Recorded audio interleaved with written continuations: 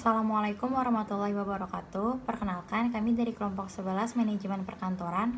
Pada kesempatan kali ini, kami akan menjelaskan materi yaitu efisiensi sistem kerja. Berikut ini anggota dari kelompok 11. Yang pertama saya sendiri yaitu Melanie Sandianingrum, lalu yang kedua ada Muhammad Rifgan Oktama, dan yang terakhir Puput Putri Almusan. Materi pertama yaitu pengertian efisiensi kerja. Nah, menurut Sudarmayanti, efisiensi merupakan pelaksanaan cara-cara tertentu tanpa mengurangi tujuan dengan cara yang termudah pengerjaannya, termurah biayanya, tersingkat waktunya, teringan bebannya, dan terpendek jaraknya. Sedangkan menurut Delianji, efisiensi adalah suatu asas-asas dasar tentang perbandingan terbaik antara usaha dengan hasilnya. Nah, berdasarkan pengertian kedua ahli tersebut, dapat disimpulkan bahwa efisiensi kerja ini merupakan cara yang ditempuh oleh pegawai ataupun perusahaan untuk mencapai tujuan perusahaan dengan cara yang sehemat mungkin, hemat biaya, hemat waktu, dan juga hemat tenaga.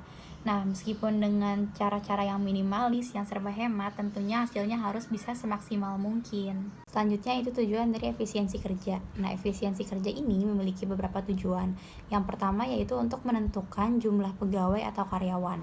Maksud dari tujuannya ini yaitu agar perusahaan memiliki jumlah pegawai yang sesuai dengan tugas yang ada. Tujuan selanjutnya yaitu untuk menyempurnakan atau redesain tugas jabatan. Lalu selanjutnya untuk menyempurnakan atau redesain struktur organisasi.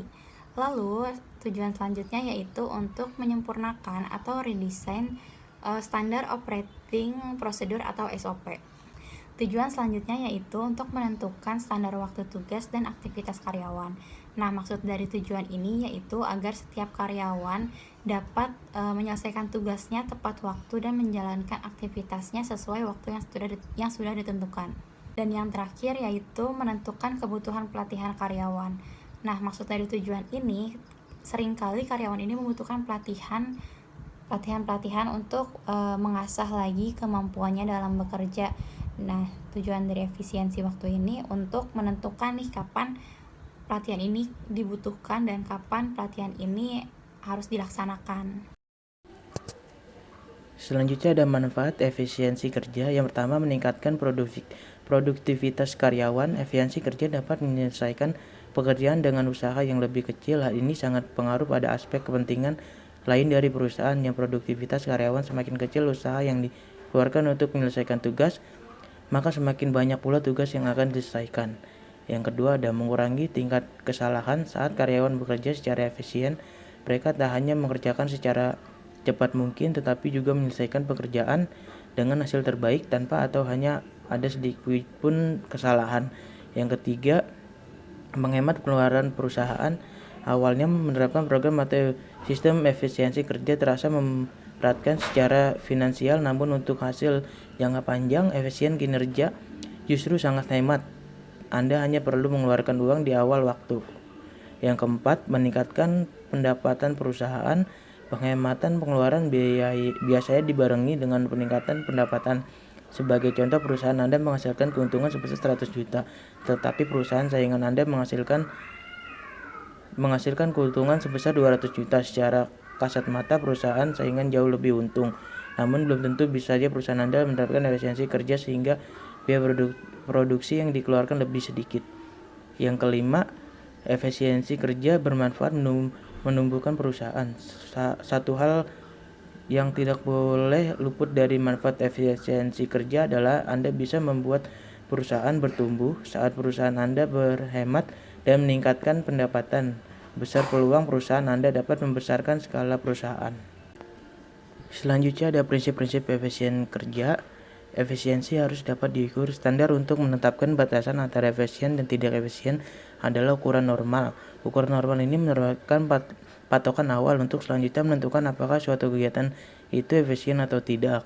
Selanjutnya yang kedua, efisiensi mengacu pada pertimbangan rasional. Rasional artinya sebagai pertimbangan harus berdasarkan akal sehat, masuk akal, logis, dan bukan emosional.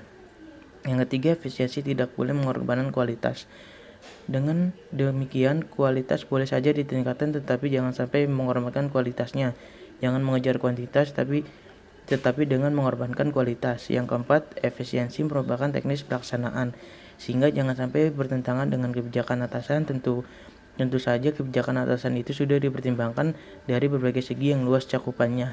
Yang kelima, pelaksanaan efisien harus disesuaikan dengan kemampuan organisasi yang bersangkutan. Ini berarti bahwa penerapan sesuai dengan kemampuan sumber daya manusia, dana, fasilitas, dan lain-lain yang dimiliki organisasi yang bersangkutan sambil diusahakan peningkatnya. Yang terakhir, yang keenam, efisiensi mempunyai tingkatan. Secara sederhana dapat ditentukan pengorbanan tingkatan efisiensi, misalnya yang pertama tidak efisien, yang kedua kurang efisien, yang ketiga efisien, yang keempat lebih efisien, dan terakhir yang kelima paling efisien. Selanjutnya ada tolak ukur efisiensi kerja. Tolak ukur yang baik haruslah mampu diukur dengan cara yang dapat dipercaya. Konsep keandalan pengukuran punyai dua komponen, yaitu stabilitas dan konsisten. Stabilitas menyiratkan bahwa pengukuran yang dilakukan pada waktu yang berada harusnya mencapai hasil yang kira-kira serupa. Tolak ukur baik adalah harus sensitif terhadap masukan dan tindakan-tindakan dari pemegang jabatan. Nah, selanjutnya di sini ada segi usaha.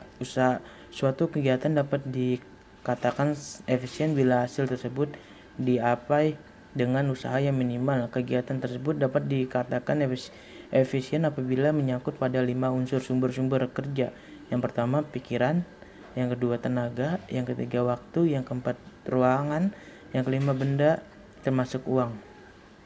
Selanjutnya ada segi hasil. Suatu kegiatan dapat disebut efisiensi bila usaha dari kegiatan tersebut dapat memberikan hasil yang sebanyak-banyaknya, baik yang mengenai kualitas ataupun kuantitas. Materi selanjutnya yaitu asas-asas efisiensi dalam pekerjaan perkantoran. Yang pertama ada asas perencanaan. Asas perencanaan ini berarti menggambarkan mengenai tindakan-tindakan yang akan dilaksanakan dalam rangka mencapai suatu tujuan. Nah, perwujudan asas ini dalam bidang tata usaha dapat berupa pedoman-pedoman. Yang pertama yaitu ada pedoman tentang maksud warkat. Maksudnya, setiap warkat yang diciptakan dan dipelihara harus mempunyai maksud yang jelas dan kegunaan yang nyata. Yang kedua yaitu pedoman tentang penetapan prosedur. Jadi, lalu lintas keterangan-keterangan yang merupakan berbagai prosedur ketatausahaan tidak boleh dibiarkan tumbuh sendiri, melainkan harus selalu direncanakan dan diatur dengan mempertimbangkan suatu prosedur. Lalu yang ketiga ada pedoman tentang pengadaan mesin tata usaha. Jadi, setiap mesin kantor hendaknya hanya dibeli dan dipergunakan berdasarkan prosedur ketatausahaan yang telah ditetapkan. Dan yang terakhir ada pedoman tentang perencanaan formulir. Jadi, macam-macam formulir untuk menghimpun, mencatat, menyampaikan, ataupun menyimpan berbagai keterangan hendaknya dirancang secara tepat mengenai bentuk, macam, dan bahannya. Asas yang kedua yaitu ada asas penyederhanaan. Nah, menyederhanakan berarti membuat suatu sistem atau pekerjaan yang sulit menjadi lebih mudah atau lebih ringan. Nah, untuk pelaksanaan asas ini, pedoman-pedomannya yang pertama ada pedoman tentang tata cara. Jadi, tata cara dari suatu kerja perkantoran ini hendaknya dipilih yang benar-benar menghemat sumber kerja, yaitu dengan cara-cara yang termudah, yang teringan, yang tercepat, yang terdekat, dan yang termurah. Yang kedua, pedoman tentang perlengkapan tata usaha. Jadi, semua perlengkapan tata usaha dari material sampai mesin dan perabotan kantor hendaknya diusahakan standarisasi untuk memudahkan pengadaan, pengurusan, dan perawatannya. Dan yang ketiga yaitu pedoman tentang pengorganisasian tata usaha. Jadi, berbagai kerja perkantoran yang bersifat umum sebaiknya dipersatukan dan dipusatkan pada suatu bagian tata usaha yang melayani semua satuan operatif dan rancangan formulir. Asas yang ketiga yaitu asas penghematan. Jadi penghematan di sini berarti mencegah pemakaian benda-benda secara berlebihan sehingga biaya pekerjaan yang bersangkutan menjadi mahal. Nah, asas ini dapat dilaksanakan dalam beberapa pedoman. Yang pertama yaitu pedoman tentang perhitungan biaya dan kemanfaatan. Yang kedua yaitu pedoman tentang perhitungan kebutuhan warkat. Dan yang ketiga yaitu pedoman tentang mekanisme tata usaha. Asas yang keempat yaitu asas penghapusan. Jadi penghapusan ini berarti meniadakan langkah-langkah atau kegiatan dalam melaksanakan suatu pekerjaan yang dianggap kurang perlu atau tidak berhubungan dengan hasil kerja yang ingin dicapai. Nah, pedoman-pedoman pada asas ini yang pertama ada pedoman tentang peniadaan gerak-gerak dalam pekerjaan. Jadi, gerak-gerak yang berlebihan atau pekerjaan yang mengeluarkan tenaga jasmani yang berlebihan tetapi sesungguhnya kurang perlu hendaknya ditiadakan. Dan yang kedua yaitu pedoman tentang penghapusan tembusan-tembusan atau warkat-warkat lainnya. Jadi, dalam pelaksanaan tata usaha tembusan-tembusan surat kepada instansi-instansi yang kurang perlu atau tidak langsung bersangkutan hendaknya ditiadakan. Dan asas yang terakhir yaitu asas penggabungan. Menggabungkan di sini berarti mempersatukan pekerjaan-pekerjaan yang mempunyai persamaan atau benda-benda yang mungkin dikerjakan sekaligus dalam satu langkah sehingga dapat menghemat waktu kerja. Nah, pedoman-pedoman pada asas ini yang pertama ada pedoman tentang kerja sekali jalan. Jadi, kekebalan kerja dalam tata usaha hendaknya dihindarkan dengan jalan sebanyak mungkin menggabungkan pelaksanaan pekerjaan-pekerjaan yang sejenis. Lalu yang kedua yaitu pedoman tentang pemakaian alat-alat serbaguna. Jadi, dalam pengadaan perbekalan tata usaha hendaknya dibeli alat-alat kerja yang serbaguna atau setidaknya yang merupakan penggabungan antara satuan yang lebih sederhana. Materi selanjutnya yaitu ada faktor-faktor yang mempengaruhi efisiensi kerja. Faktor yang pertama di sini ada kompetisi individu. Jadi, kompetisi individu ini merupakan kemampuan atau keterampilan yang dimiliki oleh individu ketika melakukan kerja. Nah, kompetisi setiap orang ini dipengaruhi oleh beberapa faktor, yaitu kemampuan, pendidikan, pelatihan, pengalaman kerja, motivasi, dan etos kerja. Faktor yang kedua yaitu ada dukungan organisasi. Jadi, dukungan organisasi ini dapat berupa berbagai macam hal, misalnya bentuk pengorganisasian, penyediaan sarana dan prasarana kerja, kondisi kerja, serta syarat kerja. Dan faktor yang terakhir yaitu dukungan manajemen. Jadi, efisiensi dan penghematan waktu setiap orang ini dipengaruhi oleh kemampuan manajerial para manajemen atau pimpinan, baik dengan membangun sistem kerja dan hubungan industrial yang aman dan harmonis maupun dengan mengembangkan kompetisi pekerja yang terlibat dalam aktivitas perusahaan. Dan materi yang terakhir yaitu penerapan efisiensi perkantoran. Di sini ada pemakaian pikiran. Jadi misalnya pekerjaan mental yang memakai banyak pikiran hendaknya diubah menjadi pekerjaan semi mental atau pekerjaan yang semata-mata dapat dilaksanakan dengan tenaga jasmani saja. Lalu pekerjaan-pekerjaan yang mempunyai sifat-sifat yang berlainan atau yang memerlukan pengerjaan yang berbeda-beda hendaknya digolongkan secara jelas. Yang kedua itu di sini ada pemakaian tenaga. Jadi gerak-gerak tangan atau tubuh lainnya yang berlebihan dalam melaksanakan suatu pekerjaan jasmani hendaknya dihindarkan. Atau pekerjaan jasmani sebaiknya diubah menjadi pekerjaan otomatis atau dilaksanakan dengan bantuan sarana mekanis. Yang ketiga itu ada pemakaian waktu. Jadi hari, bulan, dan tahun hendaknya direncanakan pemakaiannya dengan sebaik-baiknya sehingga tidak ada pekerjaan yang tertunda, terlambat, ataupun terbengkalai. Yang keempat yaitu pemakaian ruang. Jadi alat-alat perlengkapan kantor hendaknya ditaruh dekat pegawai-pegawai yang paling sering mempergunakannya untuk mengurangi jarak mondar-mandir yang banyak. Atau benda-benda yang tidak diperlukan lagi hendaknya tidak disimpan melainkan langsung dibuang ke dalam keranjang sampah sehingga tidak memakan tempat. Dan yang kelima yaitu pemakaian benda. Jadi misalnya pembelian barang perbekalan tata usaha yang habis pakai hendaknya dilakukan sekaligus dalam jumlah dan ukuran yang besar. Dan setiap pemakaian material tata usaha hendaknya dapat diperhitungkan banyaknya dan dipertanggungjawabkan pentingnya atau fungsinya. Baik, sekian presentasi yang dapat kami jelaskan. Selanjutnya kami akan menjawab pertanyaan-pertanyaan dari teman-teman kami. Baik, saya akan menjawab pertanyaan pertama dari Bagas Yuliat Maji. Pertanyaannya, menurut kelompok kalian, apa sih syarat untuk membuat efisiensi pada pekerjaan? Jadi, di sini ada 6 syarat untuk membuat efisiensi pada pekerjaan. Yang pertama yaitu pekerjaan yang dikerjakan berguna. Jadi, target dari hasil kerja yang tercapai sesuai dengan yang ditetapkan. Dan yang kedua yaitu dalam pelaksanaan harus ekonomis. Jadi, bersifat ekonomis ini dalam artian bahwa biaya, waktu, tenaga kerja, bahan, peralatan, ruang, dan sebagainya dipergunakan dengan setepat-tepatnya dan tidak ada pemborosan. Lalu syarat yang ketiga yaitu pelaksanaan kerja harus dipertanggungjawabkan.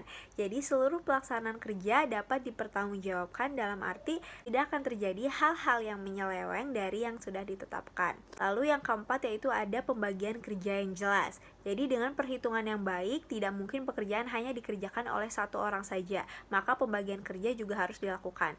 Yang kelima yaitu wewenang dan tanggung jawab harus sama. Jadi yang dimaksud dalam hal ini ialah wewenang dan tanggung jawab dari pimpinan yang bersangkutan. Dan yang terakhir yaitu prosedur kerja harus praktis. Jadi pekerjaan yang dilaksanakan memang bisa dilakukan dengan lancar dan tidak sulit atau mustahil. Selanjutnya saya akan menjawab pertanyaan dari Safina Aura Azara, yaitu bagaimana cara efisiensi pekerjaan untuk meningkatkan pendapatan. Nah, salah satu cara yang dapat digunakan untuk meningkatkan pendapatan dengan cara mengalihkan pekerjaan-pekerjaan kecil yang memakan waktu banyak dan tidak terlalu prioritas untuk melakukan pekerjaan yang lebih prioritas. Nah, dengan begini akan mengurangi pegawai yang lembur sehingga akan mengurangi pula biaya yang dikeluarkan untuk pegawai yang lembur. Di sini saya akan menjawab pertanyaan dari Windy Fitria Wiranti, hubungan efisiensi dengan produktivitas kerja. Produktivitas kerja merupakan hubungan antara keluaran dalam bentuk barang atau jasa dengan masuk baik sumber daya manusia maupun non-manusia yang digunakan dalam proses produk. Hubungan ini dinyatakan dengan perbandingan antara output dengan input. Lebih lanjut dalam bukunya meningkatkan produktivitas kerja mengatakan bahwa peningkatan produktivitas pada dasarnya dapat dikelompokkan dalam 4 bentuk, yaitu yang pertama, pengurangan sedikit sumber daya untuk memperoleh jumlah yang sama. Yang kedua, pengurangan sedikit sumber daya sekadarnya untuk memperoleh jumlah produktivitas yang lebih besar. Yang ketiga, penggunaan sumber daya yang sama untuk memperoleh jumlah produksi yang lebih besar. Yang terakhir, yang keempat, penggunaan sumber daya yang lebih besar jumlahnya untuk memperoleh jumlah produksi yang lebih besar. Dengan demikian, maka usaha meningkatkan produktivitas kerja tersebut dilakukan melalui peningkatan efisien, dalam artinya melakukan penghematan terhadap sumber daya. Dengan usaha efisien maka akan meningkatkan produksi kerja karena hubungan antara output dengan input akan menjadi lebih baik lagi. Di sini saya akan menjawab dari PB. Yang pertama itu mendorong komunikasi yang transparan. Sepasang kaki harus bisa beriring dengan baik agar bisa digunakan untuk berjalan. Sama halnya dalam perusahaan, mendorong jalur komunikasi yang transparan antara pihak manajerial dan karyawan akan membuat setiap pekerjaan berjalan dengan baik. Lebih inovatif, karyawan harus merasa bahwa mereka dapat dengan mudah dekat HR tanpa rasa khawatir dan takut dengan masalah yang mereka miliki. Yang kedua, bekerja sebagai tim. Kesalahan yang sering terjadi dalam perusahaan adalah membiarkan sekat pemisah antara pihak manajerial dengan karyawan yang terus melebar. Pihak manajerial terlalu sibuk dengan usaha pribadinya sehingga pihak manajerial hanya peduli dengan pekerjaannya. Tidak dengan hal ini akan berdampak buruk pada kondisi psikologis karyawan. Yang ketiga, melakukan modernisasi. Di era yang semakin canggih seperti sekarang, masih saja ditemui beberapa perusahaan yang enggan melakukan modernisasi pada perangkat kerja yang dimiliki atasannya cukup bervariasi, mulai dari keterbatasan biaya hingga ketidakpercayaan terhadap teknologi. Yang keempat, yang terakhir, memberikan evaluasi. Sebagai besar perusahaan memiliki evaluasi bulanan, tahunan, atau bahkan 2 tahun. Hal ini bagus untuk menganalisis kinerja karyawan, namun lebih sering evaluasi ini hanya dianggap sebagai bentuk formalitas belaka.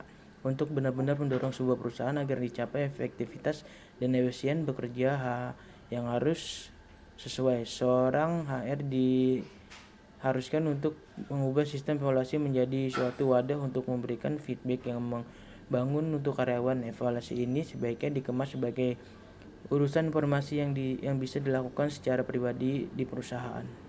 Selanjutnya, saya akan menjawab pertanyaan dari Yuniar Ardiani, yaitu untuk tercapainya efisiensi kerja dalam organisasi atau perusahaan, syarat apa saja yang perlu diperhatikan?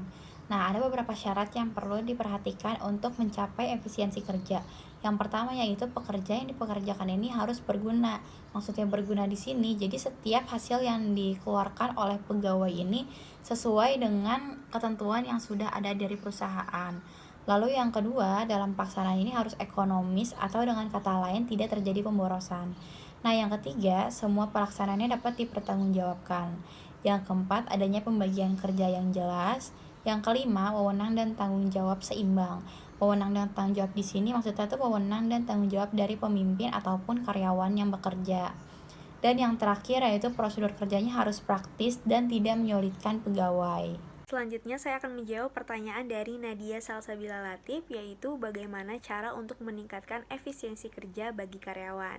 Jadi cara untuk meningkatkan efisiensi kerja pada karyawan yang pertama yaitu pertahankan tujuan yang jelas dan terfokus. Jadi jika tujuan tidak didefinisikan dengan jelas dan benar-benar dapat dicapai, karyawan ini akan menjadi kurang produktif. Jadi kewajiban dan tugas karyawan ini harus dibuat sejelas dan sedetail mungkin. Yang kedua yaitu saling memberi umpan balik. Jadi review kinerja karyawan ini merupakan hal yang paling penting untuk meningkatkan produktivitas, baik produktivitas karyawan secara individu maupun produktivitas perusahaan, yang tentunya akan berdampak untuk meningkatkan efisiensi kerja. Yang ketiga yaitu kurangi pekerjaan yang tidak memberikan dampak yang signifikan bagi perusahaan.